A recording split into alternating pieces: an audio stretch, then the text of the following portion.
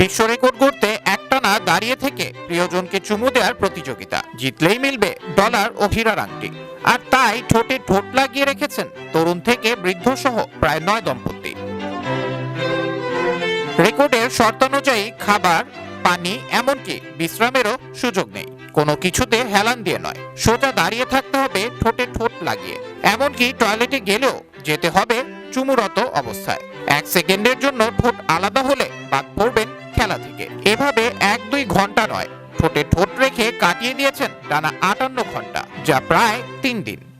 আর এভাবেই বিশ্বের দীর্ঘতম চুম্বন হিসেবে জায়গা করে নেয় গিনেস ওয়ার্ল্ড রেকর্ডসে।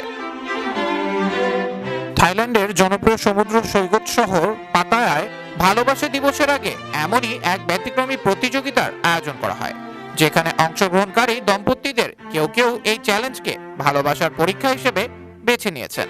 আবার কেউ পুরস্কারের আশায় একটানা দাঁড়িয়েছিলেন যতক্ষণ পর্যন্ত শরীর সায় দেয়। প্রতিযোগিতার মূল শর্ত ছিল কঠিন।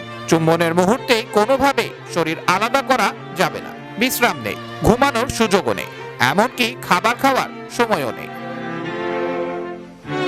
যদিও কেবলমাত্র তরল খাবার খাওয়ার অনুমতি ছিল, তাও পাইপের মাধ্যমে। টয়লেট ব্যবহারের অনুমতি থাকলেও তাতেও ছিল শর্ত, সঙ্গী ঠোঁট না ছাড়িয়েই যেতে হবে।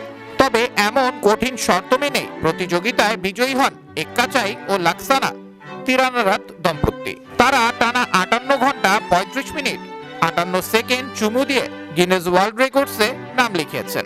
3 দিনের এই অবিশ্বাস্য পরিশ্রমের পর তাদের পুরস্কার হিসেবে দেওয়া হয় 1 লাখ থাই বাহাত, যা বাংলাদেশি টাকায় প্রায় 4.5 লাখ টাকা। সেই সাথে আরও দেয়া হয় 2টি হীরার আংটি। তবে এই ধরনের প্রতিযোগিতা একদিকে যেমন রোমাঞ্চকর, অন্যদিকে তাৎক্ষণিক আনন্দের পেছনে রয়েছে প্রচন্ড শারীরিক ও মানসিক চাপ।